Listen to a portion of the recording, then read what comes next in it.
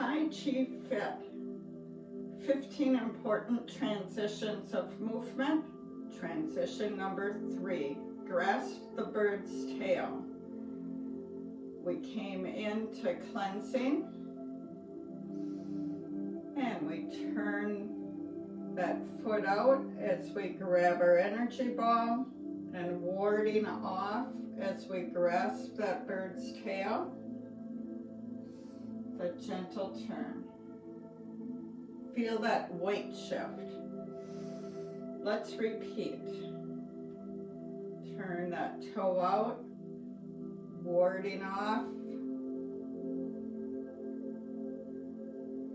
And you say, where's the bird's tail? Well, if you're defending and warding off an opponent, their arm would be here. You can let your birds fly.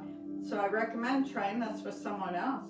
Coming live to my in-person class currently at Calvary Lutheran Church.